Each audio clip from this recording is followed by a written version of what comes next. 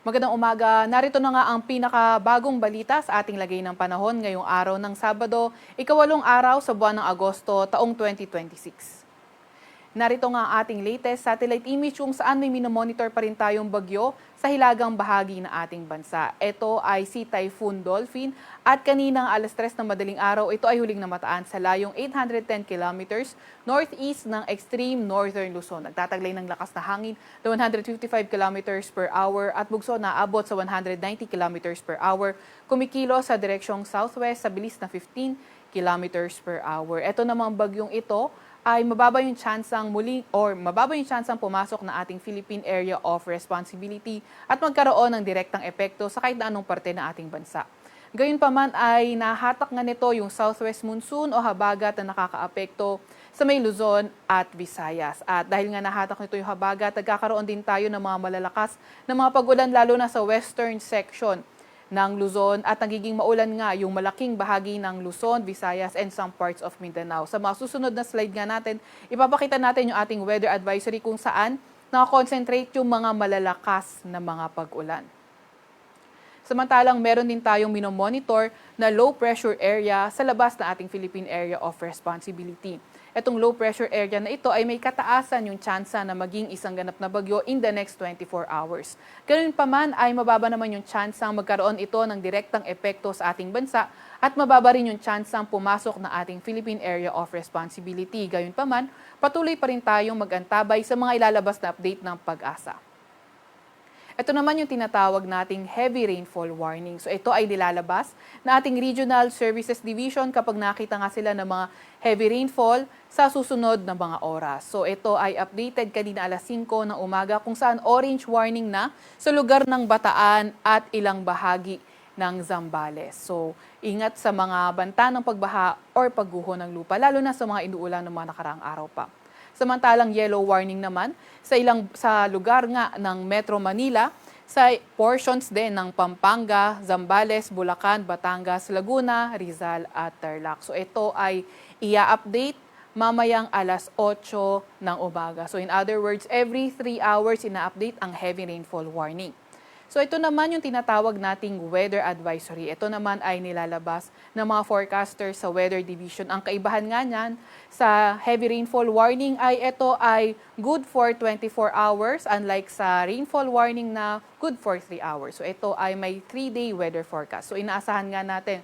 So based sa ating weather advisory, yung 100 to 200 millimeters na mga pag-ulan sa may Abra, sa may Ilocos Sur, sa may Benguet, La Union, Zambales, Bataan at Occidental Mindoro. Kapag 100 to 200 millimeters yung mga pag-ulan, yung flooding likely sa mga urbanized, low-lying near rivers at landslide nga sa mga moderate to highly susceptible areas. So 50 to 100 millimeters naman ng mga pag-ulan ng inaasahan ngayong araw sa Ilocos Norte, Apayao, Kalinga, Mountain Province, Ifugao, sa may Nueva Vizcaya, sa may Pangasinan, Nueva Ecija, Tarlac, Pampanga, Bulacan, sa may Metro Manila, sa may Rizal, Cavite, Batangas, Oriental Mindoro at Antique. This is for today. And for tomorrow naman, yung 100 to 200 millimeters na mga pag-ulan posible sa Ilocos Sur, sa Benguet, sa may La Union, sa may Zambales, sa may Bataan at Occidental Mindoro. Samantalang 50 to 100 millimeters na mga pag-ulan sa Ilocos Norte, sa may Abra, sa may Kalinga, Mountain Province, Ifugao, sa may Nueva Vizcaya, Pangasinan, sa may Nueva Ecija, Tarlac, Pampanga, Bulacan, Rizal, Metro Manila, Cavite, Batangas, Oriental Mindoro, pati na rin sa lugar ng Antique. At on Monday, August 10, yung malalakas na pag-ulan, 100 to 200 millimeters sa may La Union, sa Benguet, Zambales, Bataan at 50 to 100 millimeters naman ng mga pag-ulan sa Ilocos Norte, Abra, Ilocos Sur, Pangasinan, Nueva Ecija, Tarlac, Pampanga, Cavite, Batangas, Occidental Mindoro, pati na rin sa lugar ng Antique. Para naman sa lagay ng panahon ngayong araw, inaasahan nga natin yung monsoon rains. Kapag monsoon rains, ito yung halos tuloy-tuloy ng mga malalakas na pag-ulan sa may Zambales, Bataan at Occidental Mindoro. Occasional rains naman ang inaasahan sa Metro Manila, sa may Ilocos Region, sa may Abra, sa may Benguet, sa may Tarlac, sa may Pampanga, pati na rin sa lugar ng Bulacan, sa may Cavite, Batangas, Rizal, Laguna, pati na rin sa lugar ng Oriental Mindoro. At sa nalalabig bahaging ng Luzon, cloudy skies nga with scattered rains and thunderstorms. So halos buong parte ng Luzon ay maulan pa rin ang ating inaasahan. Kaya patuloy pa rin tayong mag-antabay sa mga advisory na ilalabas ng Pag-asa. Although mas malakas yung mga pag-ulan, western section ng Central at Southern Luzon. Agwat naman ang temperatura ngayong araw sa Metro Manila ay 24 to 28 degrees Celsius at 23 to 26 degrees Celsius naman sa May Tagaytay. So inaasahan natin yung peak ng mga malalakas na pag-ulan ay posible today and tomorrow. Although sa mga susunod na araw ay posible pa rin naman na maging maulan, lalo na sa western section ng Luzon area. Agwat naman ang temperatura sa Puerto Princesa at Calayan Islands ay 27 to 32 degrees Celsius. Para naman sa lagay ng panahon sa Visayas, occasional rains ang ating inaasahan na panahon sa lugar ng Antique. For the rest of Visayas, pati na rin sa may Zamboanga Peninsula, Misamis Oriental, pati na rin sa Lanao del Norte at Lanao del Sur ay maulap na kalangitan at mga kalat-kalat na pag-ulan, pagkidlat at pagkulog. Sa nalalabing bahagi naman ng Mindanao, partly cloudy to cloudy skies at may mga tsansa ng mga localized thunderstorms. Agwat ng temperatura ngayong araw sa may Tacloban ay 27 to 33 degrees Celsius.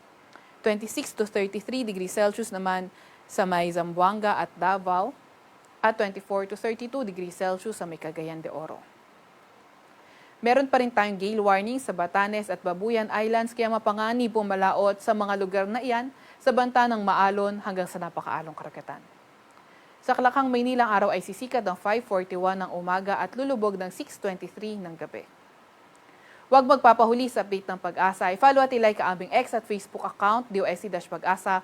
Mag-subscribe sa aming YouTube channel, DOST-Pag-asa Weather Report. At para sa mas detalyadong impormasyon, bisitahin ang aming mga website, pag-asa.dost.gov.ph at panahon.gov.ph.